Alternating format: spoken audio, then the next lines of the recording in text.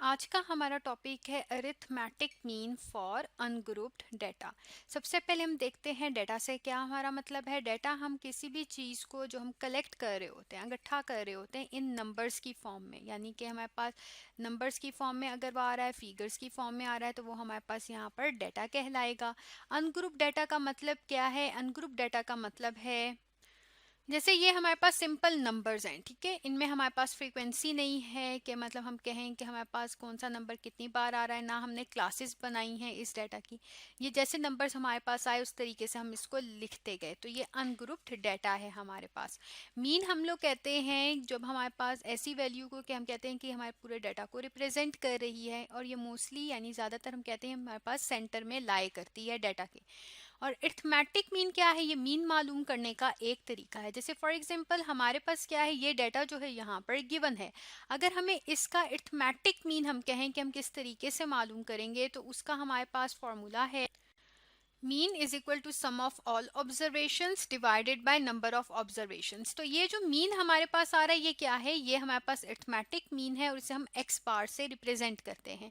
जबकि सम of all observations का क्या मतलब है कि हमारे पास ये जो तमाम ऑब्जर्वेशंस गिवन है, ठीक है, ये हमारे पास 10 ऑब्जर्वेशंस जो गिवन है, इनको हम लोग सम कर लेंगे इस तरीके से कि हमने लिखा 15 प्लस 75 प्लस 33 प्लस 67, और इसी तरीके से बाकी वैल्यूज को हमने लिख लिया। तो हम क्या कर रहे हैं, हम सम ले रहे हैं, और इसको हमने डिवाइड किस पर करना है? नंबर ऑफ ऑब्जर्वेशंस के। ये हमारे पास कितने नंबर्स हैं, तो अगर हम काउंट करें तो ये हमारे पास कितने बनते हैं? 10 बनते हैं। 1 2 3 4 5 6 7 8 9 10। तो हम सिंपली क्या करेंगे, इन तमाम को हम लोग ऐड कर लेंगे। तो हम इनको जब ऐड करेंगे तो हमारे पास आ जाएगा 460 आ जाएगा, ठीक है। और नीचे हमारे पास 10 है, तो जब हमने इसको डिवाइड किया, ये 0 0 से गया, तो क्या आ गया? 46। यानी कि हमारे पास मीन क्या आ गया है? 46 मीन आ गया है इन ऑब्जर्वेशंस के लिए। और ये मीन हमारे पास क्या है? ये हमारा अरिथमेटिक मीन है। इस अरिथमेटिक मीन को हम लोग सिंबल्स की फॉर्म में भी जो है किस तरीके से लिख सकते हैं कि अगर मैं कहूं कि मेरा जो 15 है वो क्या है? वो x1 है।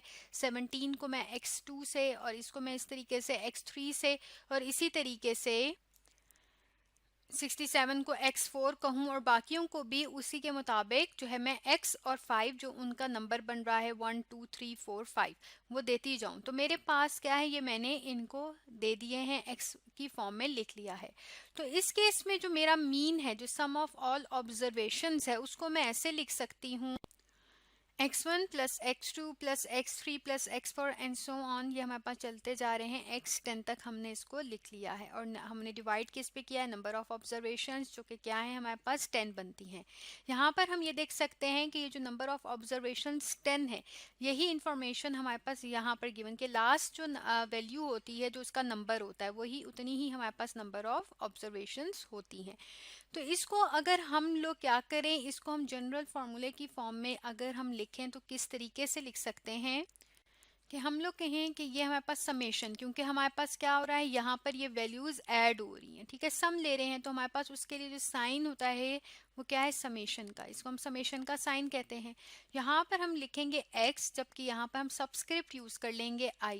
अब इस i की वैल्यू हम देख सकते हैं कहाँ से स्टार्ट हो रही है? 1 से, तो हम लिख देंगे i इज फ्रॉम 1, और यहाँ पर हमारे पास क्या आ जाएगा? यहाँ पर हमारे पास 10 आ जाएगा कि 10 तक जो है ये i वैल्यू ले रहा है। और नीचे हम लोग क्या करते हैं, उसी तरीके से 10 लिख देते हैं।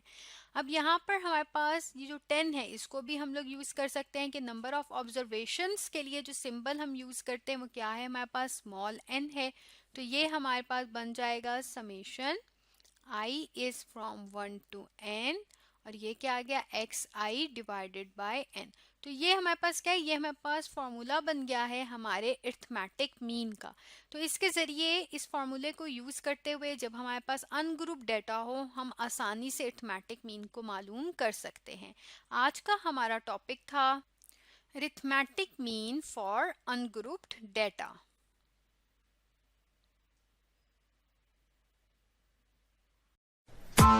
Press the bell icon on the YouTube app and never miss another update.